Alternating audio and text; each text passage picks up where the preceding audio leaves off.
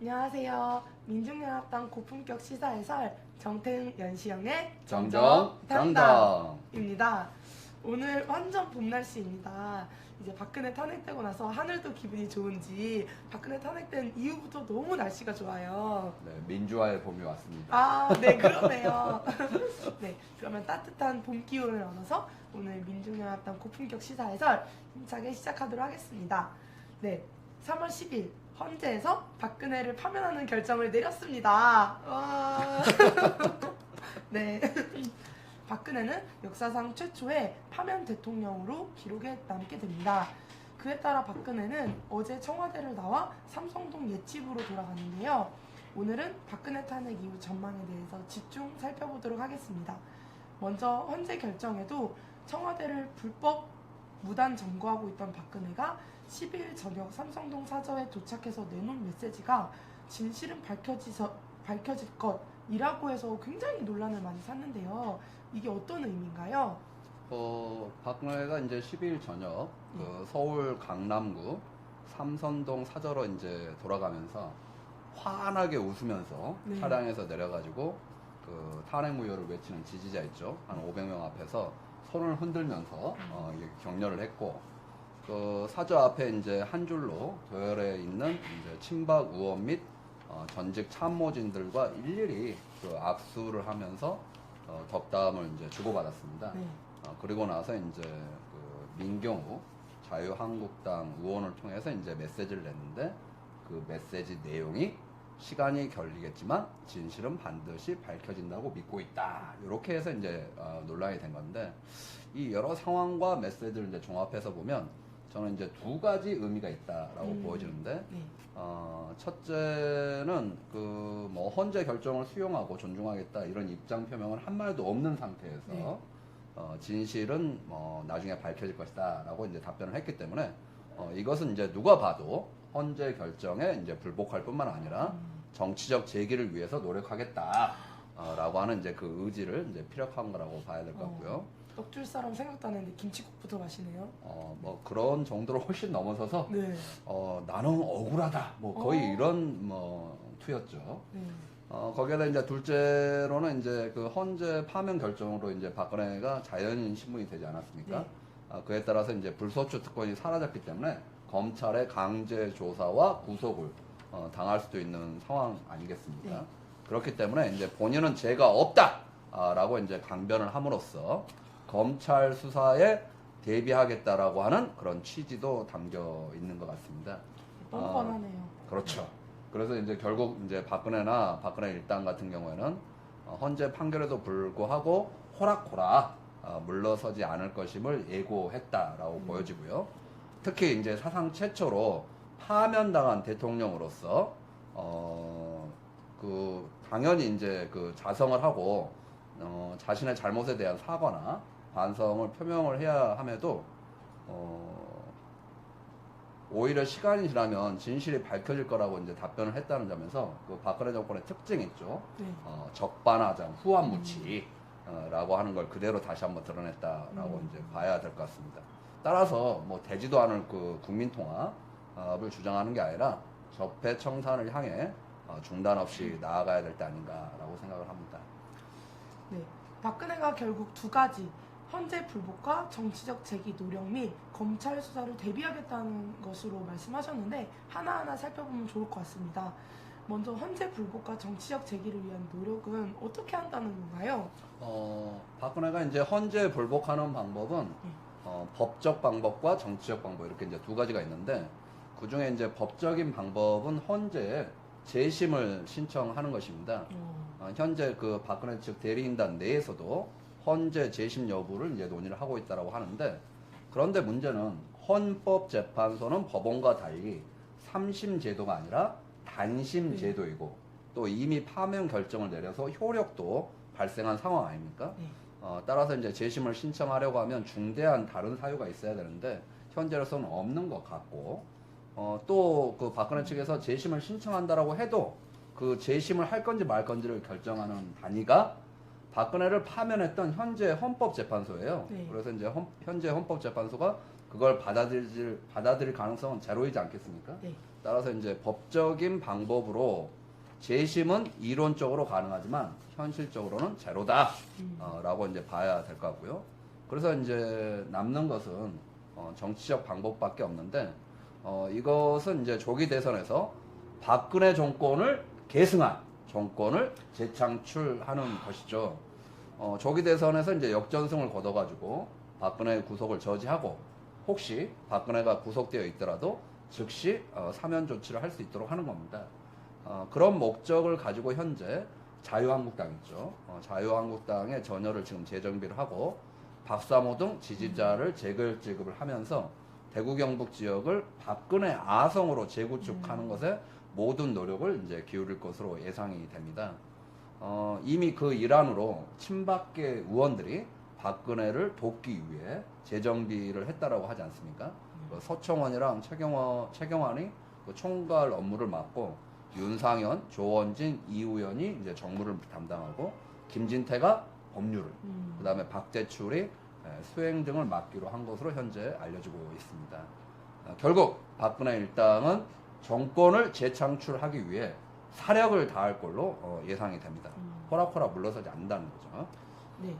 근데 박근혜가 조기 대선에서 역전승을 거둬 정치적으로 재기하려고 한다면 당연히 대선 후보가 있어야 될 것 같은데 현재 자유한국당 대선 후보로는 어림없는 거 아닌가요? 네, 뭐 기존에 이제 출마 의사를 밝혔던 자유한국당의 이인재, 원유철, 안상수, 김진 이런 사람들만으로는 어림이 없지 않겠습니까? 네. 여론조사에도 지금 잡히지가 않고 그렇기 때문에 어떻게든 황교안을 세워보려고 하는 것 같습니다. 그 어제죠. 12일 날 자유한국당이 갑자기 경선 규칙을 바꿨어요. 네. 그래가지고 경선 특례 조항을 이제 발표를 했는데 애초에는 이번 주에 경선 후보 등록을 마치고 17일 날 금요일이죠. 예비 경선을 통해서 3명을 추린 뒤에 31일 날 자유한국당 대선 후보를 선출하기로 했는데 17일 날 3명으로 컷오프를 한 뒤에도 추가로 후보 등록을 받을 수 있다라고 열어놓은 겁니다. 그리고 이제 100% 여론조사로 후보를 결정하겠다라고 하는 특례 조항을 지금 갑자기 어제 발표를 했단 말이죠. 네. 이건 누가 봐도 황교안을 위한 특례 조항인 것으로 보이지 않습니까? 네. 문제는 이제 이것이 기존에 그 대선 출마를 선언했던 대선 주자들한테는 명백한 반칙이라는 거예요. 네. 그래서 이제 이인재나 김진 같은 경우에는 경선 보이콧을 현재 그 이야기하고 있는 상황이고 김문수 같은 경우에도 굉장히 지금 반발을 하고 있는 상황입니다. 그런데 자유한국당은 이 황교안을 위한 경선 특례 규정을 강행하겠다라고 하는 입장이에요. 기존의 후보들을 아웃시키고 황교안을 중심으로 새 판을 짜겠다는 것이죠. 아니나 다를까 오늘 이제 조경태 있죠, 부산 쪽에 조경태가 이제 대선 출마를 선언하면서 당에서 정해준 룰대로 하겠다라고 입장을 표명을 해서 당 비상대책위원회에 힘을 실어줬고 홍준표 같은 경우에도 이제 그 비상대책위원회에서 방언권 회복 결정을 내려가지고 대선 출마기를 열어줬는데 아니나 다를까 홍준표도 당에서 정해준 룰대로 하겠다라고 하면서 당 지도부를 옹호하는 발언을 했습니다. 이상의 내용을 살펴보면 결국 자유한국당 같은 경우에는 정권 재창출을 위해서라도 기존에 정해져 있던 경선 룰을 바꿔가지고 황교안을 영입하겠다라고 하는 의사를 이제 분명하게 했고요. 만약에 황교안이 안 되더라도 지지율이 높은 후보로 새 판을 짜겠다라고 하는 결정을 이미 한 상태입니다. 네. 황교안도 부역자라서 사실 민중들이 선택하지 않을 것 같은데 네, 그러면은 황교안이 과연 자유한국당의 대선 후보로 출마할까요? 박근혜가 그렇죠. 이제 탄핵되면서 황교안은 그 조기 대선의 그 선거 업무를 봐야 되는 걸로 알고 있거든요. 그러니까 이제 뭐 말씀하신 것처럼 뭐 박근혜가 헌법재판소에서 파면 결정이 내려지면서 이제 황교안은 조기 대선 관리 업무를 해야 될 건 아니겠습니까? 네. 우리 헌법에는 이제 헌법재판소 판결 이후에 60일 이내에 대선을 하도록 되어 있고 공직선거법에는 대통령 권한대행 즉 황교안이 선거일 전 50일까지 선거일을 공고하도록 되어 있습니다. 따라서 헌법재판소에서 3월 10일 날 판결을 했기 때문에 3월 20일까지는 황교안이 선거일을 공고를 해야 합니다. 일주일 남았네요. 그렇죠. 법적으로는 반드시 해야 된단 말이죠. 그래서 이제 황교안 같은 경우에는 이번 주에 선거일을 공고하겠다라고 이미 입장을 밝힌 상태입니다. 선거일을 공고하게 되면 바로 조기 대선 체제가 되는 거 아니겠습니까? 네. 게다가 이미 이제 중앙선거관리위원회 같은 경우에는 헌재가 탄핵 판결을 한 3월 10일부터 19대 대선 예비후보 등록을 받겠다라고 밝혀서 조기 대선 체제는 이미 시작되었다. 이렇게 이제 사실은 봐야 될 것 같습니다. 따라서 황교안 같은 경우에 대선 출마 여부를 즉시 밝혀야 할 걸로 생각이 됩니다. 공직자 사퇴 시한이라고 하는 게 있거든요. 그게 이제 투표일 30일 전인데, 그러면 이제 대략 한 4월 9일 정도 되지 않겠습니까? 그때까지 황교안이 권한대행으로 선거관리 업무를 하다가 갑자기 이제 4월 9일 앞두고 이제 사퇴를 하게 되면, 그리고 이제 대선 후보로 출마를 하게 되면 누가 봐도 갑자기 심판이 선수가 되어가지고 경기장에 뛰어드는 격 아니겠습니까? 이건 누가 봐도 명백하게 반칙이다. 이렇게 이제 봐야 될 것 같고요. 따라서 이제 황교안이 즉시 지금 거취를 밝히는 게 순리이다. 권한대행으로 선거관리 업무에 전념할 것인지 아니면 대선 후보로 나올 것인지 분명하게 지금 거취를 밝혀야 된다. 특히 선거 공고를 이번 주에 한다라고 하지 않았습니까? 그러면 선거 공고를 할 때까지는 무조건 거취를 밝히는 것이 순리에 맞다라고 보여지고요. 광장의 민심은 황교안도 부역자입니까? 네. 그렇기 때문에 사퇴하고 검찰의 수사를 받아라. 언감생신 대선 후보는 꿈도 꾸지 말고 스스로 자백하고 감옥에 가야 된다. 이게 이제 광장의 민심 아니겠습니까? 그 바대로 진행되는 게 맞을 것 같습니다. 네. 이 박근혜 일당의 헌재 불복과 정치적 재기 노력이라는 노림수는 이 정도로 살펴봤고요. 그러면 두 번째, 검찰 수사 대비는 어떻게 한다는 건가요? 아마도 박근혜가 지금 삼성동 사저로 들어가지 않았습니까? 네. 삼성동 사저에서 농성에 돌입할 걸로 이제 예상이 되고요. 검찰 수사를 이제 조기 대선 이후로 미루는 것에 모든 안간힘을 쓸 걸로 이제 예상이 됩니다. 왜냐하면 이제 이미 앞에서 말씀드린 것처럼 박근혜 일당 같은 경우에는 이제 조기 대선에서 역전승, 즉 정권 재창출을 통해 가지고 국면을 전환하는 것에 사력을 다할 것이라고 말씀드리지 않았습니까? 네. 따라서 조기 대선 이전에 검찰 조사를 받거나 구속되는 것은 피하려고 할 거다라고 보여집니다. 그래서 이제 박근혜 같은 경우에 이제 대리인단이 아니라 변호인단을 꾸리는 걸로 지금 이미 착수를 하지 않았습니까? 또한 이제 검찰에서 소환 통보가 올 텐데 그 오는 경우에도 계속해서 검찰 출두를 미룰 걸로 예상이 되고요. 이 경우에 이제 검찰에서 체포 수사, 강제 수사로 전환할 수가 있는데 이 경우에도 끝까지 버티지 않을까 예상이 됩니다. 말 그대로 삼성동에서 농성을 한다라고 하는 게 이런 취지죠. 이렇게 해가지고 이제 대선 후보 본선 등록일이 이제 4월 중순. 네. 만약에 5월 9일이 선거일이 되면 4월 15일부터가 이제 본선 등록일인데 이때까지만 버티면 된다라고 지금 생각하는 것 같고요. 왜냐하면 대선 후보 본선 등록이 개시가 되면 당연히 이제 선거로 넘어가게 되지 않습니까? 네. 그러면 이제 검찰 입장에서도 선거에 영향을 줄 수 있다라고 해가지고 그 시기에는 박근혜를 구속하는 게 또는 체포 수사하는 게 쉽지가 않습니다. 그래서 4월 15일까지만 버티면 박근혜는 대선 전에 구속되지 않을 수 있다 이렇게 이제 판단을 하는 것 같아요. 그래서 이제 앞으로 한 달이 이제 관건인데요. 네. 검찰이 이제 대선에 영향을 주지 않기 위해서라도 지금 신속하게 움직여야 된다. 그래서 이제 먼저 이제 박근혜에 대해서 출국 금지를 해서 혹시나 도망가지 못하도록 하고요. 그다음에 둘째는 이제 청와대에 대한 압수수색을 진행을 해야 되지 않겠습니까? 맞아요. 박근혜가 이제 범죄 행위를 입증할 자료, 그 중에 일부는 집으로 가지고 왔겠지만 아직 청와대에 남아 있는 자료가 많이 있단 말이죠. 그리고 이제 박근혜가 파면되었기 때문에 대통령 기록물이 아직 대통령 기록관으로 이관되지가 않은 상황이에요. 그런데 만약 황교안이 이 기록물을 대통령 지정 기록물로 분류하는 경우에는 최장 30년까지 네. 비밀로 분류가 되어서 열람이 제한이 됩니다. 네. 그러면 이제 범죄를 입증할 수 있는 자료를 우리가 볼 수 없지 않습니까? 따라서 황교안이 범죄 증거 자료를 대통령 지적 기록물로 분류해서도 안 되고 그리고 그 전에 무엇보다도 검찰이 신속하게 움직여서 청와대를 압수수색해야 될 걸로 생각이 됩니다.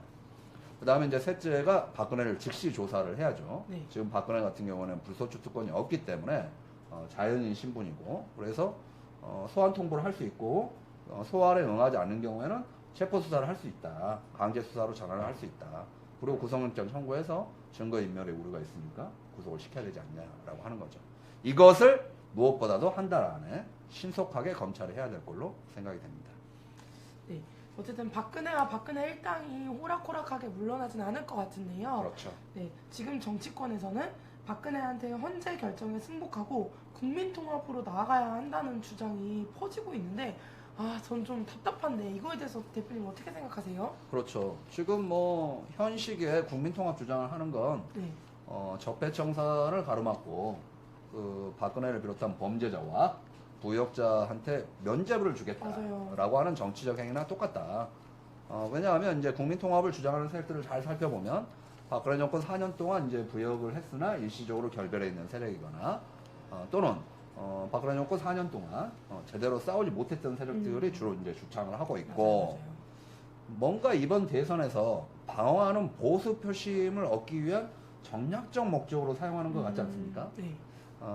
국민 통합이라고 하는 말은 국민이 분열되었다라고 하는 걸 전제로 해서 말하는 건데 현 상황이 과연 국민이 분열된 것이냐 말이죠. 박근혜 탄핵을 주장했던 국민과 박근혜 탄핵을 반대했던 국민들로 분열됐다라고 하는 그 발상 자체가 명백한 왜곡 아니냐. 네. 왜냐하면 연인원 1600만 명이 참가하는 초유의 촛불혁명으로 지금 박근혜가 파면이 되었고 여론조사에서도 80%가 넘는 국민이 압도적으로 박근혜 탄핵을 지지를 했고 심지어는 이번 헌법재판소에서도 만장일치로 네. 박근혜 파면을 결정을 한 만큼 박근혜를 파면해야 된다라고 하는 그 정당성은 정치적으로나 법적으로 이미 입증이 된 것이다. 따라서 이제 박근혜 일당의 주장은 박근혜의 범죄 행위를 덮기 위한 것이기 때문에 결코 인정할 수 없는 것이다라고 봐야 될 것 같고요. 따라서 지금 시기에 이제 국민통합을 주장하는 것은 사태를 호도하는 것이다. 그 이상도 그 이하도 아니다라고 이제 저는 생각을 합니다. 지난 70년 동안 친일 독재를 청산하지 못해가지고 다카키 마사오의 딸인 박근혜가 권력을 잡고 결국 유신 독재를 부활한 거 아니겠습니까?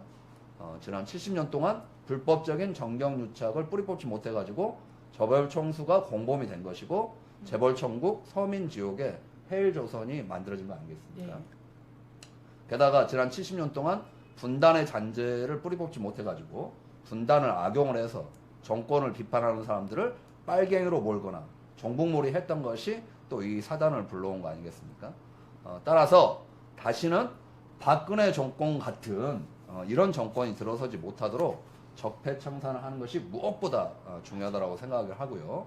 70년 만에 찾아온 이 적폐청산의 기회를 어떤 경우에도 절대로 놓쳐서는 안 된다. 과거 청산 없는 화해는 있을 수가 없으며 적폐청산 없는 국민통합은 거짓말이다. 라고 이제 저는 생각합니다. 네. 그러면 박근혜와 박근혜 일당이 무슨 수를 써서라도 범죄 행위를 감추고 정치적 제기를 하려고 안간히 힘을 쓰고 있는 판에 국민통합은 허구라는 말씀이신데요. 그렇죠. 네. 어쨌든 박근혜가 파면되면서 조기 대선, 19대 대선이 시작된 거나 다름이 없는데 이번 19대 대선의 의미를 살펴주시면 좋을 것 같습니다. 뭐 모든 국민들이 다 생각하시는 것처럼 이제 이번 19대 대선은 촛불혁명이 만들어준 19대 대선 아니겠습니까? 네. 그래서 과거의 적폐를 청산하고 새로운 대한민국을 건설하는 시작점이 되어야 할 것이다 라고 이제 보여지고요. 무엇보다도 촛불혁명의 정신이 그대로 반영된 19대 대선이 돼야 된다라고 생각합니다. 지난 4년 동안 켜켜이 쌓아온 박근혜 정권의 적폐 무엇인지 정확하게 진단하고 그것을 바꾸는 선거, 나아가 박근혜 정권 같은 유신 독재 정권이 다시는 나타나지 않도록 우리 사회의 근본적인 구조를 개혁하는 그런 선거가 돼야 된다고 생각을 하고요. 문제는 그 1960년에 이제 4.19 혁명이 있지 않았습니까? 네. 그런데 1년 후인 1961년에 5.16 군사 쿠데타를 통해 가지고 반동적으로 이제 뒤집어진 경험이 있고 87년도 6월 항쟁 같은 경우에도 87년도 12월에 최초의 직선제 선거에서 군부 정권의 후계자인 노태우가 당선되는 정말 웃지 못할 사태가 벌어졌거든요. 그래서 죽 서서 개주거나 반동으로 뒤집힌 역사적 경험을 잊지 말아야 되겠다라고 생각을 하고요. 동시에 우리가 이제 97년도에 정권 교체를 이루어서 김대중 정부 그리고 2002년도에 노무현 정부도 겪어보지 않았습니까? 당시에 이제 10년 민주당 정권을 경험을 했습니다만 당시 평가가 어땠습니까? 일부 절차적 민주주의는 진전되었지만 국민들의 실질적 민주주의는 후퇴했다라고 하는 평가가 다수였고요. 정예고제, 파견제, 기간제 해서 우리 국민들을 고통에 빠지는 압법들이 대부분 이 시기에 도입이 되었고 삼성공화국이라고 하는 말도 이때 나왔고 부익부 빈익부인의 이제 불평등이 극심해진 계기가 되었던 것도 이 시기거든요. 따라서 민주당 정권이 적폐청산과 사회대격을 철저하게 이룰 거다라고 기대하는 것은 제가 볼 때는 허망한 짓이고요. 이것도 잊지 말아야 된다라고 하는 겁니다. 따라서 정권 교체도 중요하지만 정권 교체 이후도 더 중요하다라고 말씀드릴 수 있을 것 같고요. 정권 교체 이후에 적폐청산 대상에 면죄부를 주거나 또는 타협을 하는 것이 아니라 중단 없이 적폐청산과 사회대격을 실현할 수 있어야 됩니다. 그러려고 하면은 99% 노동자 민중을 위한 우리 모두의 민주주의를 실현해야 되지 않겠습니까? 그러려면 이제 상위 1% 엘리트 후보가 아니라 99% 민중의 후보 박근혜 정권의 탄압에 맞서서 고난과 시련을 당했지만 그래도 민중과 함께해온 진짜 진보 후보가 나서야 된다고 생각을 하고요. 우리 민중연합당이 김선동 전 의원을 대선 후보로 출마시킨 이유가 바로 여기에 있다. 이렇게 이제 말씀드릴 수 있을 것 같습니다. 적폐청산을 가장 확실하게 할 수 있는 그렇죠. 후보. 그리고 진짜 진보 후보. 이게 이제 김선동 후보다. 우리 민중연합당이 후보를 내는 이유가 바로 여기에 있다. 다시 한번 강조해서 말씀드리고 싶습니다. 네, 우리 당의 김선동 전 의원이 출마 선언을 하면서 정말 재미있는 19대 대선이 될 것 같습니다. 끝으로 우리 당의 대선 후보 선출 절차를 말씀해 주시면 좋을 것 같습니다. 13, 14일 이제 오늘랑 내일이죠. 우리 당의 이제 대선 후보 등록 절차를 이제 개시를 하고요. 김선동 대선 후보 같은 경우에는 이제 내일 14일 국회 정론관에서 대선 출마 기자회견을 예정하고 있는 것으로 현재 확인되었습니다. 대선 후보 이제 등록이 끝나면 본격적인 선거 운동을 하고요. 투표는 3월 21일 화요일부터 3월 25일 토요일까지 5일간에 걸쳐 진행이 됩니다. 그 투표하는 방식은 이제 이전에도 말씀드린 것처럼 휴대폰 있죠. 모바일 투표랑 그다음에 이제 그 휴대폰으로 전화가 와요. 자동응답 전화, ARS라고 하는데 그 자동응답 전화를 통해서 투표를 할 수 있습니다. 25일 이제 그 투표가 끝난 직후에는 개표를 하고요. 26일 일요일 드디어 이제 민중연합당 대선 후보 선출 대회를 와우. 여의도 63빌딩에서 하는 걸로 되어 있습니다. 63빌딩. 그렇습니다. 그래서 이제 우리 당원분들이 26일 날 일요일 날은 일정을 꼭 비우셔가지고 여의도의 63빌딩 꼭 오시라고 말씀을 드리고 싶습니다. 이제 우리는 당도 있고 대선 후보도 있습니다. 촛불혁명이 만들어준 새 시대가 지금 개막되지 않았습니까? 그러면 이제 우리가 민중연합당이 새 시대의 주역이 돼야 되지 않을까요? 그래서 오늘 이제 당도 선거대책위원회 체제로 완전히 이제 전환을 했는데 우리 당원분들도 이제 대선이다 라고 생각하시고 신발끈 동요 메고 이제 함께 뛸 준비를 해주셔야 될 것 같고요. 전국 각지에서 현장에서 그리고 학교에서 내가 김선동이다 이런 마음을 가지고 함께 뛰어주셨으면 좋겠고 적폐청산과 사회대격의 적임자 진짜 진보의 화려한 부활을 함께 만들어갔으면 좋겠습니다. 네, 국서당 당원으로서 이번에 민중연합당 첫 대선 너무 저도 기대가 되는 것 같아요. 네, 그럼 이상으로 박근혜 탄핵 이후 전망에 대해서 살펴보았습니다. 네, 정말 말씀하신 것처럼 민중연합당 김선동과 함께 진보 정치의 부활, 새로운 시대를 만들어 나갔으면 좋겠습니다. 야. 네, 그러면 다음으로 핫하다 핫해 오늘의 청년 브리핑을 진행하도록 하겠습니다. 네, 오늘 주제는 네, 오늘 주제는 바로 촛불 세대입니다. 촛불 세대. 네.